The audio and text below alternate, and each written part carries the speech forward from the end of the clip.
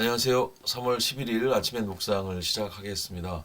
오늘 본문 말씀은 역대하 6장 20절에서 42절 말씀입니다. 어제와 이어지는 내용이죠. 오늘 본문은 솔로몬이 성전을 완성하고 나서 드리는 솔로몬의 기도에 이어지는 부분입니다. 내가 이 성전을 향해서 부르짖을 때, 그러니까 솔로몬이 이 성전을 향해서 기도할 때, 또 주의 백성이 이곳을 향해서 부르짖을 때 자신의 백성들, 이스라엘 백성들을 얘기하는 거겠죠. 이 성전을 향해서 기도할 때 그러면서 그럴 만한 여러 상황들을 예상하면서 하나님께서 기도를 들어주시고 자비를 베풀어 주시기를 간청하고 있습니다. 그런데 조금 특별한 부분은 이렇게 예상하는 부분들이 역사를 이미 경험한 우리들 눈에는 이미 다 이루어진 일들처럼 보인다는 거예요.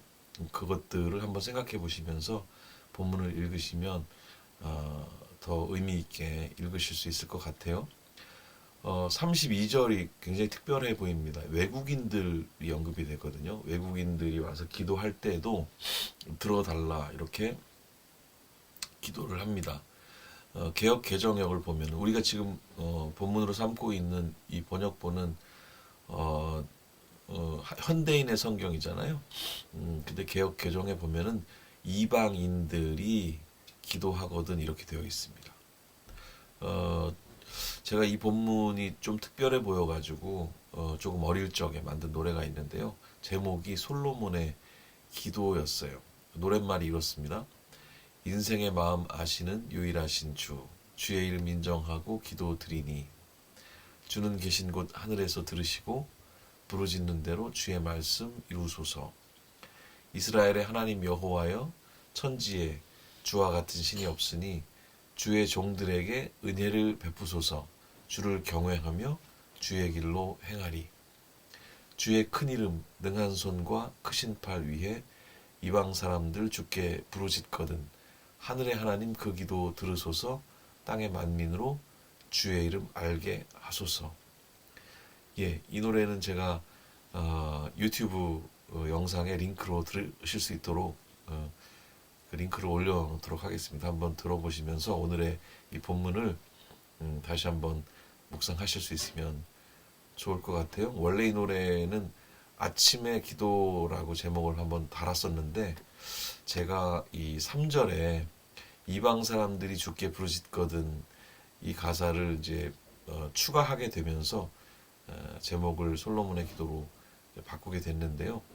나중에 제가 본문을 자세하게 읽다가 보니까 이방 사람들이 포함되어 있다는 생각을 좀 하면서 이 본문이 좀 새로워지고 특별해졌던 그런 기억이 있습니다. 사실 이 3절의 내용 그리고 이 본문에 이방인이 포함되는 내용은 사실 좀 놀라운 내용이라고도 볼 수 있을 것 같아요. 당시 시대 상황을 고려해 본다면 솔로몬의 기도는 의외로 품이 굉장히 넓은 그런 기도라고 말할 수가 있겠습니다. 배타적이었던 유대교적인 그런 배경을 고려해 볼 때 충분히 그렇게 생각할 수 있거든요. 기도를 들어주신 하나님의 넓은 품, 또 은혜가 미치지 못할 곳이 없다는 어떤 보편적인 은혜에 대한 그런 폭넓은 이해를 가지게 해주는 그런 내용입니다. 한 가지 그 흥미로운 부분을 살펴볼 수가 있는데요. 36절이에요. 36절에는 아까도 잠깐 말씀드렸지만 마치 이스라엘의 포로기를 예상하듯이 기도하는 내용이 나옵니다. 그리고 은혜를 구하고 있어요. 솔로몬의 기도에 드러나는 이방인은 이스라엘에 들어온 나그네를 말하는 거겠지만 또 다르게 생각해 보면 한편 포로기의 이스라엘을 가리키는 내용처럼 들리기도 합니다. 누구나 나그네이고 또 누군가에게는 외국인이고 또 이방인이기 때문이죠.